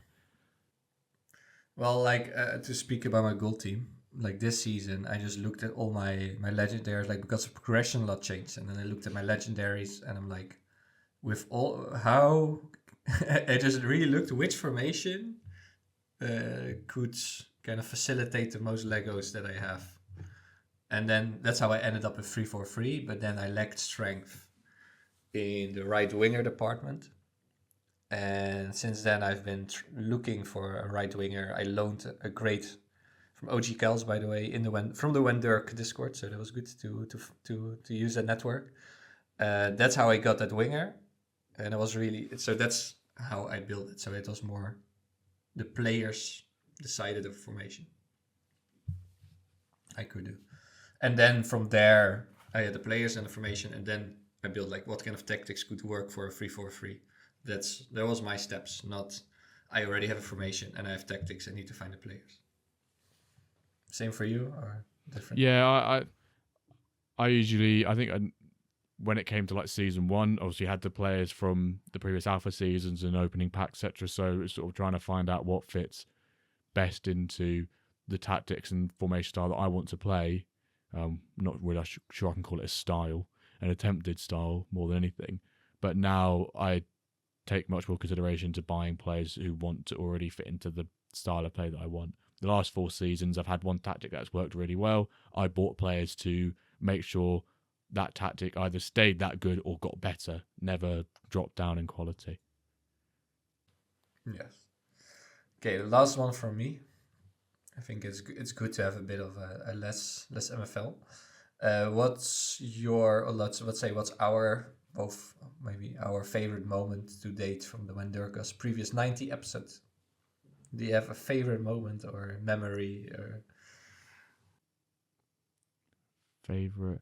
I think one of my favorite moments was, I can't remember the exact episode number, but it was the big transfer mayhem one where I interviewed like 5-6 different managers over the course of a week and asked them questions, and then we listened to them live in the recording and we reacted to them. I think that was really great. It was a completely different format to what we'd done previously, and it took a lot of time to prepare and to organise in terms of getting to, can I grab 20 minutes of someone's time in America? Can I grab 20 minutes of someone's time in Asia? Can I then bring it all together, edit it all, and then have it ready for the recording to do that all again? I really like that. That was probably the closest thing to like having people in the studio without them actually being in there. I think that was, I can't really put an exact favourite moment, but that was probably one of my favourite episodes that we've done, just because of how different it was to all the other episodes we've ever done before. Yeah, no, I was also thinking about that. Like we had I think episode 50 with all the kind of the crazy mini games and thing. There was only 10 away from 100 now. We've got to. Yeah, that was great to do. And also, like for example, like guest surprising us, like Sturge had this whole impromptu quiz. Yeah, and I think we really got into it. Ron John did a quiz as well. Yeah, and Ron John also did a people quiz. Come to us with things, and we're like, oh wow. Yeah, Ron John also. Yeah. There were like multiple people. I think Sturge first and then Ron John, I think. Yeah. Yeah. And that was really fun, like that they surprise us and they kind of take initiative. And, I think and Brandon as well, maybe. There's so many people have come. Like, I'm sorry if I forget people who did this. Just come in and kind of surprise us with like a little quiz or kind of giveaway they set up, or like kind of their even Ledge saying his moment of the week last week about like the praise, and I don't want to talk on it for too long because Calva, you were like, oh, we can't do this, we can't have too much praise and compliment. But I think I think at the end of the day, my favorite moment is the fact that we've been doing this for 90 weeks. Like for 90 weeks, Calva, you and I have said we've gone on a call with each other and we've recorded the pod. Someone asked me the other day on a stream, have you ever met Cal before? I went, no. I've spoken to him nearly for 2 years, weekly, but never met him. But in a couple of weeks' time, that will be all different. I was thinking about it. It's like that was so weird. Like I know all those people, but I also don't know all those people. Like you don't know, how people also like height-wise. I was really thinking like you have really in your mind everyone's kind of, and then suddenly you have more, and also what people I know how they act, kind of their quirks or how they are when you have a bear in a group of 5. Like it's really just, it will be so fun. And kind of awkward, but also really fun to see how that. Because one of the questions was, how did you two meet and decide to start the podcast? And then obviously that's Discord and chat. Yeah. We you came to me, asked if you wanted to do a podcast, and then went and did it, didn't we? The rest is history. There, and then escalated quickly. Yeah. The one questions that I want to finish on is sort of a bit of a new user attitude, because we've done a lot about like how do you do things if you're like a big user at the moment or established user. But first of all, someone said, if you were to recommend just 3 WenDirk episodes to a new player, which ones would be the most helpful and insightful? I've got 2 off the back. One of them is listening to episode 79 with Mathurin. That's the most recent one with Mathurin, who's the co-founder and CEO of MFL. just because you get to understand a bit of a picture about the long-term plan for MFL. Yes, it's technically 10 weeks old, but you just, first of all, you get to listen and view Matt if you've not seen what he looks like and listen to him already and how much of a great guy he is. But also you just get to understand the bigger picture for MFL, and we ask him some questions from the community, some hard-hitting questions as well. So it's great to have that. And also from a new user point of view, the most recent one with Quinn, I think it's episode 84, Beginner's Guide. Obviously, he's a content creator as well.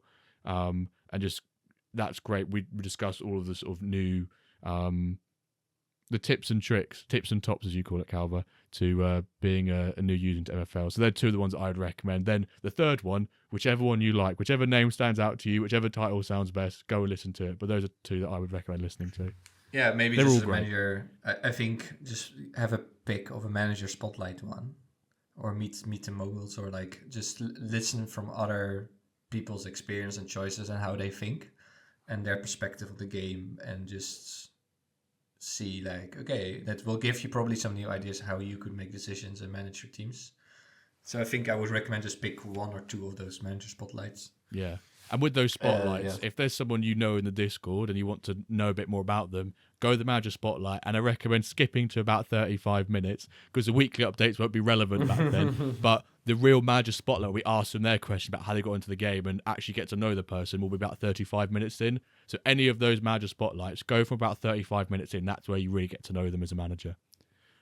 Yes. But the final one to the Calva, because I know we've been going for an hour and 45 The minutes. real final one. The real final one is... Yeah.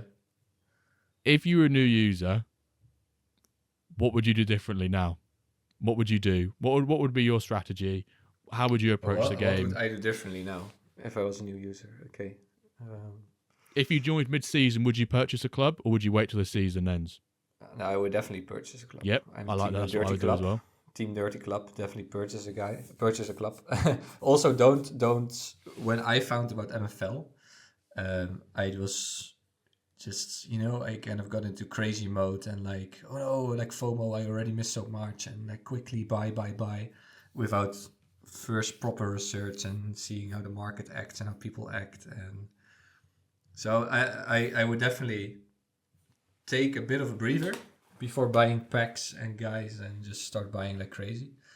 And I would definitely buy an established club already in a season to see the reigns and how it goes. And I would, just do a lot of Discord chats with people. There's a lot of helpful people. Just to send them a message, ask some questions. That can really help or listen to some spotlights, right? To have a bit of a feel, how do people think, how do they act? Yeah, I think, and read the white paper, of course. Yeah, read the white paper. But I don't think I made so many mistakes apart from that I just started buying like crazy. And when we joined, there was also not so much about tactics yet and formations and everything. There was only 4-4-2 at one point, and then so yeah, kind of take a bit of a breather. I think you can get super overexcited and then make decisions that you regret 1 month later when you really start to understand how things work. So that's it. Maybe before you buy, take 24 hours or something, or 48, and then meanwhile double check, talk to people. Is it smart? Is it not smart? Post it in our Discord, in language chats like that. Solid advice. I completely agree with it. Get involved in communities like the WenDirk Discord, which you can find in the show notes description below. The MFL Ramble. If you're French, there's a big French community. Just get involved in different communities and don't be afraid to ask questions. There's no silly question. Every question's a smart one. So I think, Calva, we'll probably call the questions there. I think we've got through a lot of the 112. For those who we've not answered, we apologize, but thank you still so much for sending them in and engaging with the podcast in this way. We love doing it. There will be probably 2 more Q&As later on in the year, a summer one and a winter one, or maybe even autumn one. We do them every quarter or so. We try to anyway. So thank you so much for engaging with them. If we haven't answered your question, still come and answer us, like at us on Discord, at us in Twitter. Still, if they're a bit personal ones or whatever, still come and ask them. We're still more than happy to answer them anyway. We just can't fit them all into one here. But hopefully, even if your question wasn't answered, it may have been answered in a different way from someone else, either one of us two answering it. So probably the bit you've all been waiting for is we're going to spin the wheel for the two people who are going to win a 69 rated goalkeeper and a 64 rated centre mid. So I'm just going to share my screen now so you can all see it if you're watching visually and stuff as well. We've got all of your names within a massive wheel here. All 112 or something like that. There's loads and loads of names on here. So Calva, can you give me a number between 1 and 5? How many times are we going to shuffle this? 4. 1, 2, 3, 4. And the first one's going to be for the 64 rated centre mid who's 26 years old. Let's spin that wheel. Spin. And it's going to go to... I think, it's almost a pronounce... Nearly the Eric is So Rare. So Rare, congratulations. Who's a question I did believe... Almost Erik van Poeyer, almost had to pronounce the Dutch name again, but no. Eric van Poeyer. Poeyer. Almost. Too bad, Eric, if you're listening. Right. Another number to randomise it. 2. Ooh, 1, 2. Quick. And so this will be for the 69 rated goalkeeper, 25 years old. Who's it going to be? It is... just Charles Young. Charles Young. I do very much recognise that name. Someone who's been in the streams and been active on Twitter with the pod. So, thank you. Congrats to you two managers. We will be in touch probably midweek when this episode comes out. We now need a hashtag, Calva. So, ladies and gentlemen, you've been very patient. And if you're listening this far, I totally commend it. For those of you who are going to post this hashtag everywhere, you are just amazing listeners and devoted, loyal fans of the WenDirkCast. A play on words from the name Mickey van der Ven and his fantastic goal line clearance against United in the Europa League final.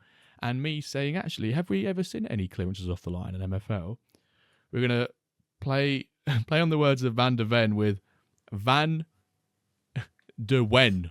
Van der Wen. It's very hard to say. Not Van der Ven, Van der Wen. So literally you're replacing the last V in his name with a W. Van der Wen. Have you seen goal line clearances in MFL? Is Van der Wen right here, right now?